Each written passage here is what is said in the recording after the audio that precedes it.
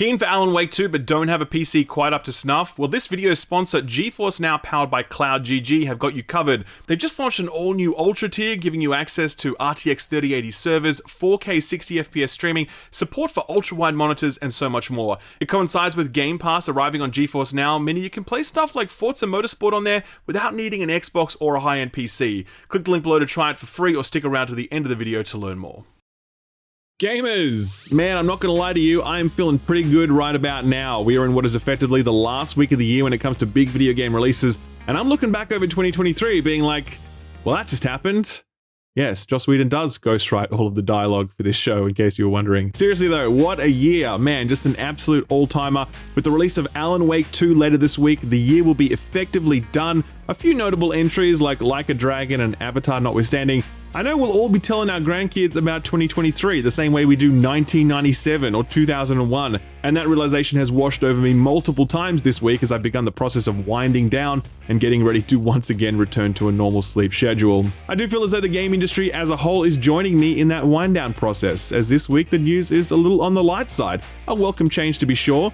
So if you're up for a more down-tempo, low-stakes edition of This Week in Video Games, then stay a while and listen, because here comes the news. Guess we better start with that King Kong game, huh? Oh man, so I'm like the only YouTuber who hasn't made a video on this game yet. Honestly, because I barely have enough time to play the good games, yet alone time for whatever the fuck this is. In case you missed it, Skull Island Rise of Kong released last week, and it's managed to topple Golem as the lowest rated game of the year. It's currently sitting at a week 27 on OpenCritic, where Golem is riding high at an impressive 37, a score that I still think is generous, by the way. Skull Island is a third-person or third primate brawler where you beat the shit out of monsters as the big gorilla himself.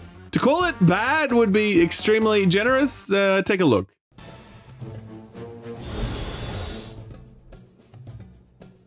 There it is! Oh my god, there it is! The JPEG! There it is! Yes, we saw it! We saw the JPEG! Yes! Yes! We saw it! I love this game! So the game is doing the rounds, and the developers have started talking about why it is such a disaster. Turns out they only had a year to develop it. Members of the studio Iguana Bee spoke anonymously to The Verge, and they say that the game's publisher Game Mill gave them a grand total of 12 months from the green light to the ship date. One developer said, quote, "The crunch really set in motion in February. I was on automatic pilot by the end of February because all hope was lost," end quote.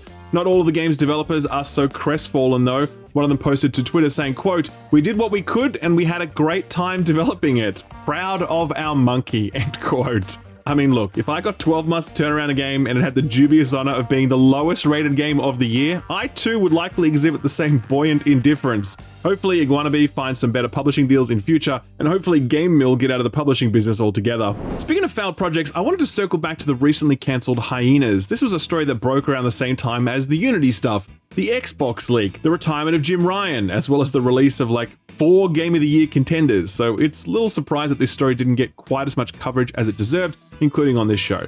The TLDR is that Creative Assembly, known most for their Total War games but also the excellent Alien Isolation, were working for some 6 years on a free-to-play PvP team shooter called Hyenas. It had gone through multiple closed beta tests and was very much at the point where everyone was expecting a release date announcement. Instead, Sega, who were publishing the game, turned around and said that the game was cancelled and it will never come out, effectively binning years of work and millions of development dollars.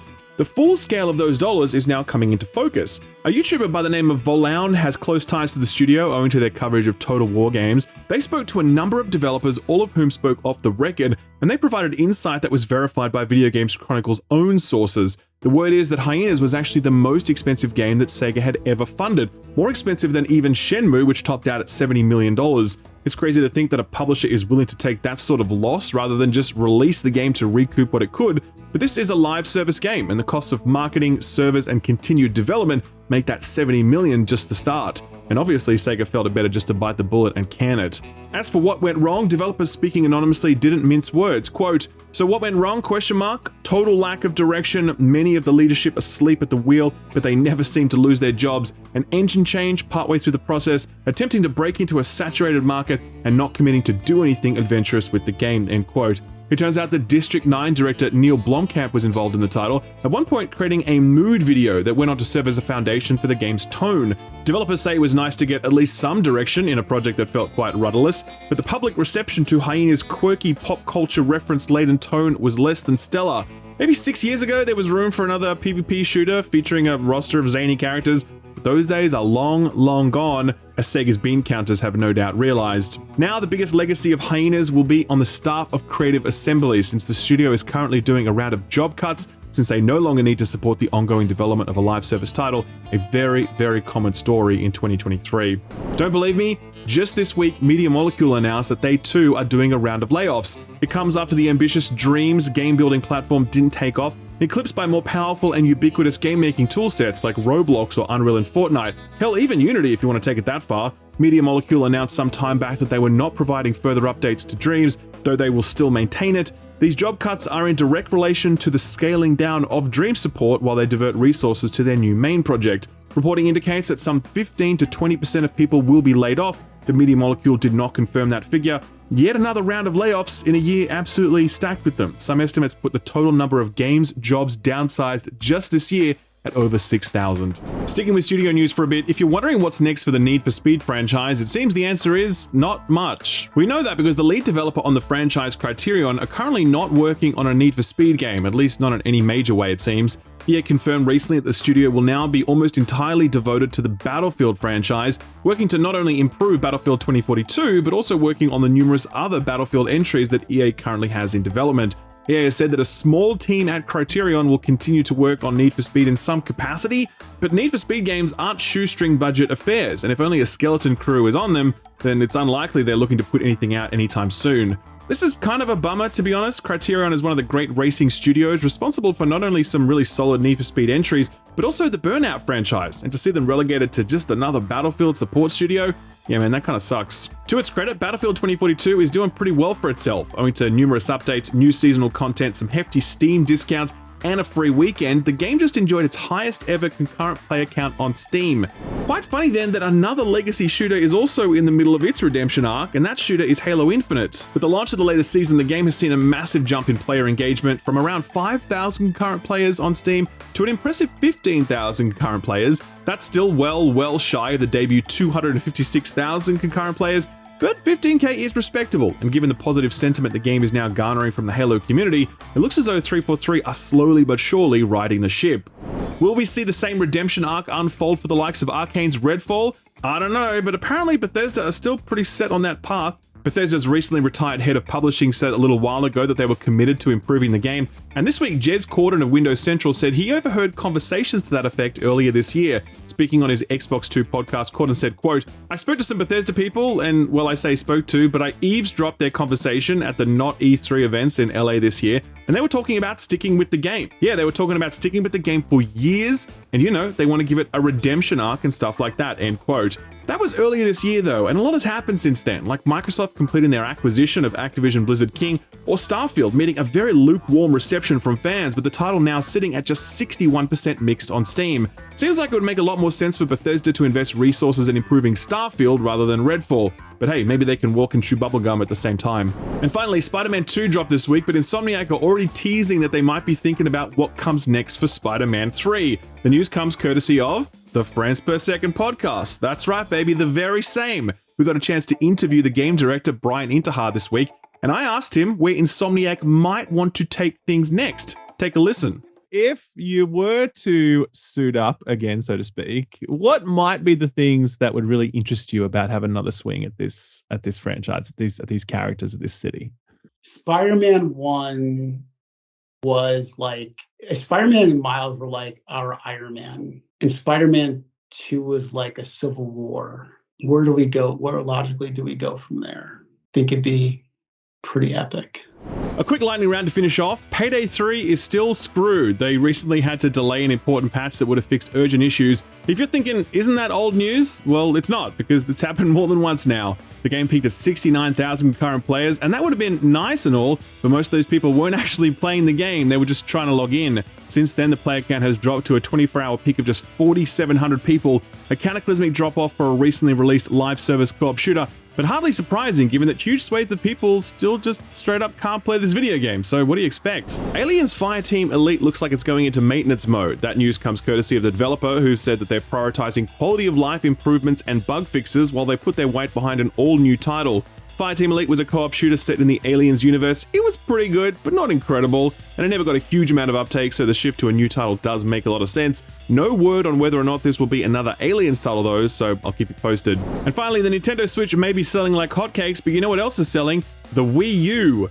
You think I'm joking, but I'm not. Sales reporting group Circana reported that in September, Nintendo sold one brand new Wii U in the US. This is the first time since May 2022 that a new Wii U has been sold, and it begs the question, which retail worker tricked Grandma into buying a Wii U when she was clearly trying to get Timmy a Switch with Super Mario Wonder? The hunt is on for whoever this person is. I hope they're brought to justice very soon. So what got announced or delayed this week? Well, the Final Fantasy XIV Fan Fest happened over the weekend. It went down a treat, as they always do. Big ticket items included the reveal of the new job called the Viper, as well as a lovely looking trailer for the Dawn Trail expansion due out next year. Perhaps the best announcement of the whole show, though, was the timing for the Xbox beta, which is now confirmed to be kicking off in January of next year. This is a big deal, as since its inception, Final Fantasy XIV has only been available to those playing on PlayStation or PC, so it's awesome to know that Xbox are finally going to be able to experience one of the finest MMOs on the market, with that expanded free trial giving you like 300 hours of gameplay for free, so knock yourself out. Speaking of Xbox, Larian have reiterated that Baldur's Gate 3 will arrive on Xbox before the year is out. That was on Twitter by the head of publishing, and he seemed pretty confident about it, so no reason to doubt it. So there you have it, Baldur's Gate 3 on Xbox before the end of the year. Will the Shill Up review be out before the end of the year? Fucking hope so. That way people can stop asking me about it.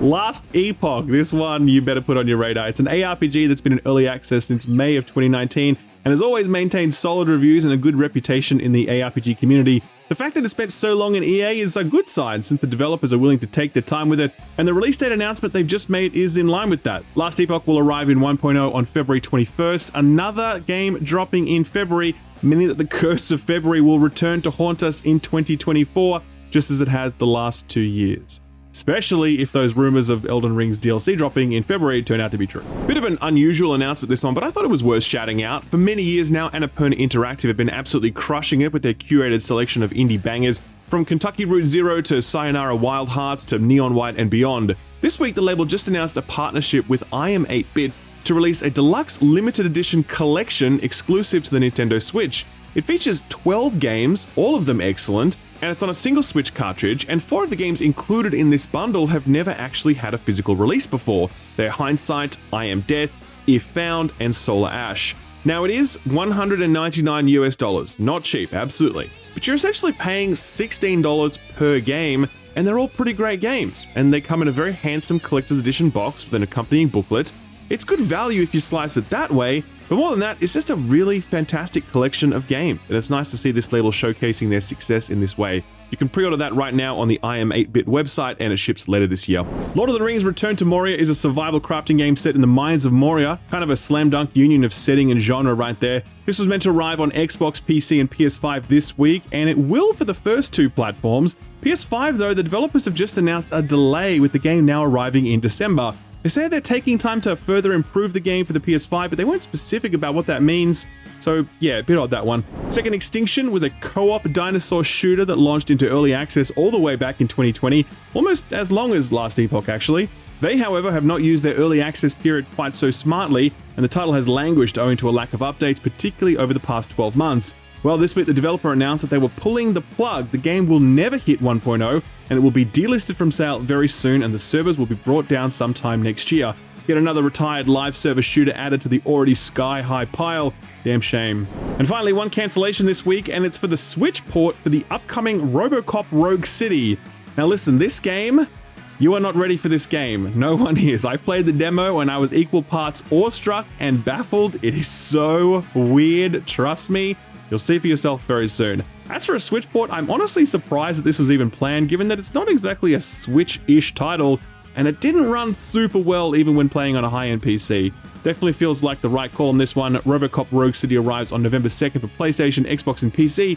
Like I said, you are not ready for this video game. So what came out last week? Well, you might recall that everything came out last week, so we can't do a review roundup for all of it. We'll just cover some of the big ticket items. Let's start with that Hellboy game. Sadly, not a great one to kick things off with, or punch things off with, I guess I should say. This one's sitting at a mostly positive 70% on Steam, but critics sort of went in on it, or at least some of them did. It's sitting at a weak 57 on OpenCritic, with reviews topping out at the 7 out of 10 mark, but many of them being well below that. Like Metro Game Central, who scored this one a 2 out of 10, saying, quote, the best visual representation of Hellboy outside the comic books, but an absolutely terrible video game whose shallowness and lack of variety is matched only by its constant repetition, end quote. Ouch. Push Square scored it a 5 out of 10, saying, quote, Web of Weird is clearly created by people with a reverence for Mignola's work and impresses as an adaptation. However, as a roguelike and a brawler, it underwhelms, end quote. This one looks like it's for the die-hard Hellboy fans only. Everyone else may want to steer clear. Endless Dungeon is a new roguelike tower defense twin-stick hybrid set in the Endless universe. Interesting divide between critics and Steam reviews on this one. Critics actually have this at a strong 80%, which is a great result. IGN scored it an 8, saying, quote, Endless Dungeon is simultaneously a great roguelite, a great twin-stick shooter, and a great tower defense game, end quote. Most critic reviews echo that sentiment, but it seems as though a more enthusiastic consumer has picked up the game on Steam, and they are less impressed. It's sitting at a mixed 67% on Steam, with many reviews calling the title a downgrade versus Dungeons of the Endless, another game set in the same universe released some time back. Reviews also point out that only the host makes progress when playing co-op, which is so annoying. I have no idea why developers continue to handle co-op in this way.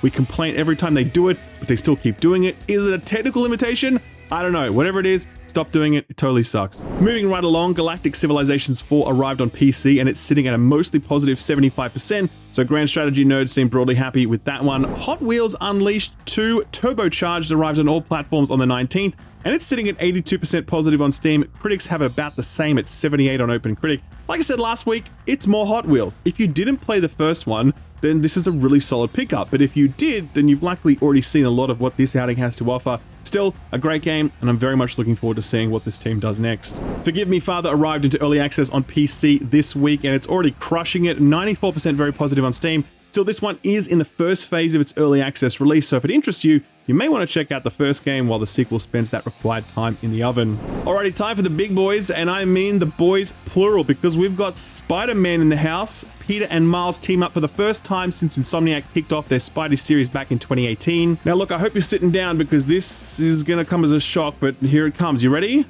Insomniac, they made a good video game. I know. Knock me over with a feather. Insomniac continue their long tradition of hard carrying the PS5 on their backs the same way that Spider-Man carries pizza on a delivery route. Marvel Spider-Man 2 debuted to rave reviews, a mighty 91 on OpenCritic, 99% of critics recommending it, the only publication coming out against it being the Daily Bugle. Not sure who penned that review, but I have my suspicions. I reviewed this on the channel, link below the like button that you would have already hit by now, right? Okay, just checking. Spider-Man 2 is fantastic, unquestionably better than its predecessor by almost every metric, though I will admit it didn't hit quite as hard for me the second time around. While the game absolutely hits new levels in terms of graphical fidelity, scale, combat, and mission design, some of the story beats didn't quite click with me, and the open world stuff started to feel familiar a lot faster than in previous entries. Still, it is a must purchase for anyone with a PS5, and without spoiling anything, I think there's going to be a third one, and it's going to be very interesting to see where Insomniac takes all of this next. So that's a Game of the Year contender in a year already full of Game of the Year contenders. But wouldn't you know it, there was another Game of the Year contender released on that same day, and it was Super Mario Bros. Wonder. Holy shit, man, this video game. Like, wow, for real, wow. The creativity on display here, the polish, the charm, it's at times unbelievable. This is a reinvention of the 2D Mario formula into something that is ready to stand side by side with the 3D offerings that have dominated the Mario franchise since Mario 64. I know that sounds hyperbolic, but have you played this game yet? If you have, then you are likely nodding along sagely, being like, hold up, let him cook. For everyone else, just go out and buy Mario right now. It's so fun, it's so creative, it's innovative, it's joyful. It's wonderful. I am not the only one who thinks so, mind you. Mario Wonder currently sits at 92 on OpenCritic, making it tied for the third highest rated game of the year, alongside Metroid Prime Remastered, Resident Evil 4 Remake, and Street Fighter 6.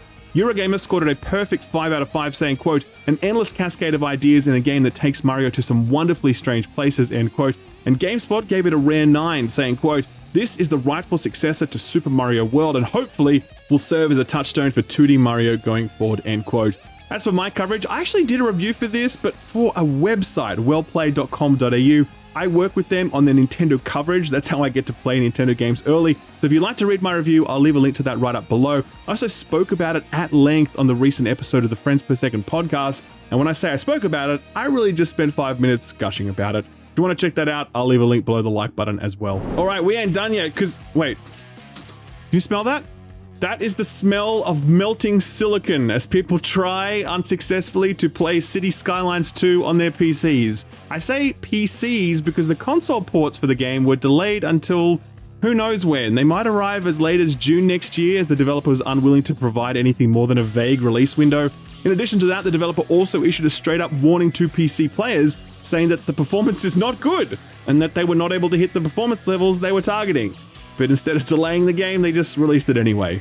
No Steam reviews for this one yet, as it launches just after this video is rendered, but critics have this at a strong 76 on OpenCritic, with even the most generous reviews highlighting serious performance problems. Game Informer is a good example. They scored the game a 7.5 and said, quote, "The sequel is ambitious and wants players to juggle hundreds of considerations as they build towards Elysium, and it delivers in that aspect, yet unfortunately the game's constant technical problems tend to mire that calculated success," end quote. Some reports say that mid-range PCs will struggle to maintain more than 12 FPS on medium-sized cities, and I fully expect a bloodbath in the Steam user review section when that time comes. We might check back in on those next week. For now, do remember that this is on Game Pass, so if you are desperate to give this one a crack, that's probably going to be the safest and cheapest way to get your hands on it. The Metal Gear Solid Master Collection arrived this week as well. No Steam reviews for that one yet either, but critics put it at a strong 77. General vibe is that it takes the games and makes them playable on modern hardware, but it does little more than that, with true enthusiasts likely to be disappointed and still reliant on emulation. But hey, if you just want to relive the good times, then these will absolutely do the job. And finally, The Lord of the Rings Return to Moria launched yesterday, exclusive to the Epic Games Store and Xbox for now, as the PS5 version has been delayed until December.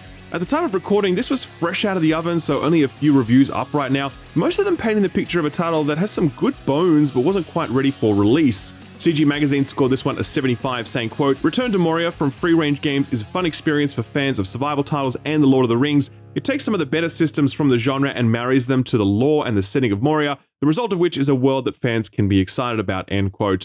A lot of streams for this one going at the moment, so if you're interested, I recommend checking in on those. But yeah, bottom line, it might be prudent to wait a few weeks or months for some updates to roll through. So what's coming out this week? A much quieter week than last, but still some great stuff to look forward to, particularly if you're a survival horror fan. It is the spooky season after all. Take Stray Souls, for example. It's a survival horror that proudly declares itself as being inspired by the genre's greats. Hell, they've even got veteran composer Akira Yamaoka on board, who previously did work on Silent Hill. Some pretty strong Silent Hill vibes coming off this one, actually, so if you're down for that, then this arrives on all platforms bar the Switch today.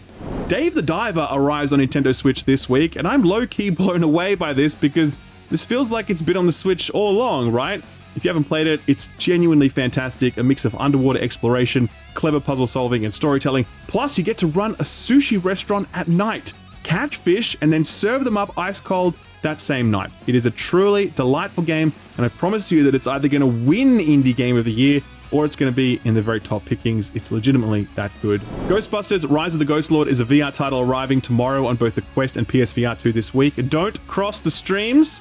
Speaking of Ghosts, Ghost Runner 2 arrives on all platforms bar the Switch tomorrow as well. This is a slick cyberpunk-themed parkour action game. Think Mirror's Edge, but faster, more arcadey, and equally good since the first one racked up rave reviews. Hopefully the sequel delivers as well. It's got a cool motorcycle, so I'm hopeful. If you're in the mood for a cozy game, then Mineko's Night Market might be for you. It's a game about celebrating Japanese culture through crafting, snacking, and hanging out with pets. It's narrative-led, and it's got a nice style, chill vibe. Might be the cure for what ails you after a massive release season. This one arrives on all platforms bar the Switch tomorrow, and it will be on Game Pass. Biggest release of the week and my most anticipated game for all of October, Alan Wake 2 arrives for PS5, Xbox Series, and the Epic Games Store on the 27th.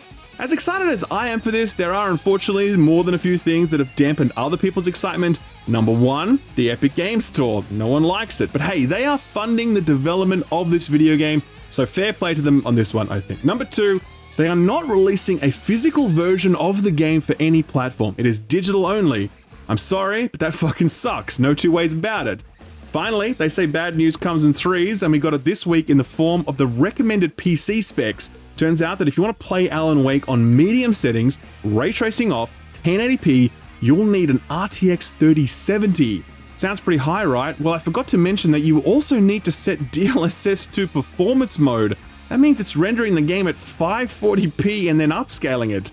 Now listen, I've played this game and it looks fantastic, don't get me wrong, but it doesn't look so good that these minimum specs make sense to me. And I really wonder how this game is going to run on consoles if your PC specs need to be this high to get it running at just a basic recommended level.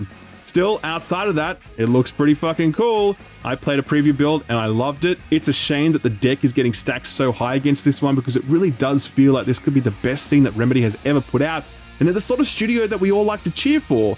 Anyway, we'll find out how all this comes together later this week. Rounding out the survival horror offering this month is Resident Evil Village, which arrives on iOS on October 30th. I have no idea how this will run on phone or why you'd want to play it on a phone, but hey, there it is. And finally, here's a lovely one to cap off the month. Jusant arrives on all platforms bar the Switch on the 31st. This is from developer Don't Nod, one of the many coals they have in the fire at the moment, and it's a unique looking narrative-led adventure game that's all about climbing from place to place. Something about this one really speaks to me, and the response to the Next Fest demo was super positive. Austin's actually playing through this one at the moment, and he may have a review for you next week. But if you're keen to see that one, then be sure to subscribe and ding the bell. Hey, put this on your radar. My name is Jan. My whole life, all my choices, led me to this place. When I took this job, I thought things would take a different turn. Well, ironically, they did. This is The Alters, and it's a game about surviving on a hostile planet relying on nothing but yourselves. All of yourselves. Jan is a firm believer in the idea that if you want to do something right, you have to breed a clone of yourself and make the clone do it. That is the central conceit here. It is another survival crafting base building game set on an alien planet, but rather than doing everything on your own, you're able to make clones of yourself to do it on your own. Because they're clones of you, so you're still doing it, but they're clones of you. And create a colony of you. Sounds great, right? The trailers to this point have done a great job of selling the premise, great presentation, and a great sense of humor. When it comes to the gameplay stuff, we still have to wait a bit longer to see that. But for now, I've seen enough to have my interest piqued, and I've added it to my wish list. If you'd like to do the same, I've profiled it over on my Steam Curator page, which also has links to all of the other Put This On Your Radar stuff I've recently covered. I'll leave a link to all of that below the like button. Sort of free stuff time now, and Epic is having a pretty big week leaning into the scary season. Not only are they launching Alan Wake 2 exclusive to both their storefront and the NASA supercomputers able to run it, but they're also giving away The Evil Within 1 right now, and later this week they'll be giving away the sequel, which many horror fans consider to be one of the best modern survival horror games you can get your hands on, and a cult classic for those in the know. In addition, there's also Eternal Threads, which is a first-person detective game, as well as Tandem, a Tale of Shadows, a puzzle platformer that combines both top-down and side-on perspectives in very clever ways. If you're in the mood for even more scary stuff, then Prime Gaming are giving away Doom 3 at the moment. That's for anyone who's a Twitch Prime or Amazon Prime member. And don't forget Game Pass, since City Skylines 2 will be on there for PC, Mineko's Night Market, which we mentioned earlier, as well as Jusant, which we also mentioned earlier, and that looks fantastic. Our feel-good story for the week is one that I know you're going to love because it relates to something we all love to see, and that thing is corporations demanding our blood. Our actual blood. That's not a joke, by the way. That's literally what this story is about. This week, Blizzard announced a new in-game promotion. It's a spin on the typical buy a thing or do a thing IRL and be rewarded in-game. But instead of drinking verification cans to receive 6 cents worth of in-game currency, Blizzard are asking you to donate your actual blood to nearby blood donation centers. After you've done so, you can submit proof of your donation to Blizzard's website, and that will contribute to a broader community pool of blood. And if that blood pool gets big enough, everyone gets paid in the form of free in-game items available to all, whether you donated or not. I know it's easy to be cynical about video game companies, Blizzard in particular, but this is one of those times when you've really got to hand it to them. They're using their game and their reach to do something good, incentivizing people to make a donation to an important cause that saves lives each and every day. And that's a hell of a lot better than that KFC promotion they ran.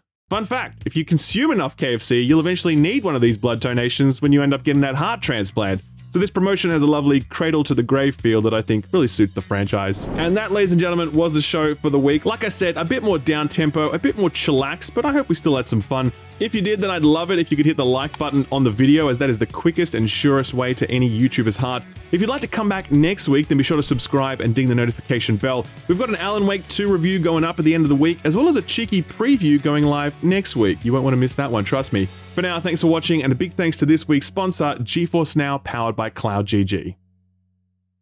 So by now, we've all seen the Alan Wake 2 PC specs, and they're a lot, to put it mildly. You could of course shell out for a PC upgrade, absolutely, but there is an alternative. Meet GeForce Now, powered by CloudGG. It's a powerful gaming platform that lets you play hundreds of games through the power and magic of the cloud, meaning you can play those games on your TV, your old, outdated PC, your tablets, and even your Apple devices. This is possible because GeForce Now does all the graphical processing in the cloud and just beams you an image similar to something like Netflix.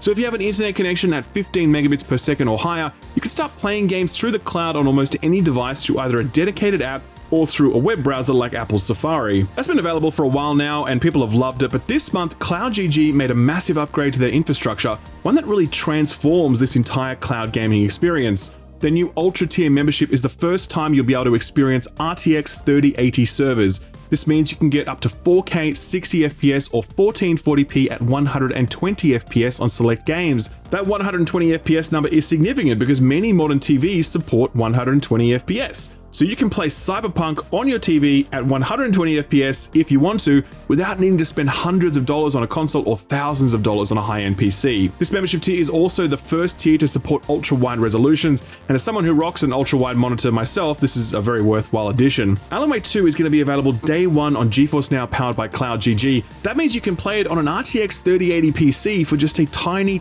fraction of the cost of purchasing that hardware outright. That's not all though. Recently, GeForce Now signed a partnership with Xbox, which puts Game Pass games on GeForce Now, powered by CloudGG.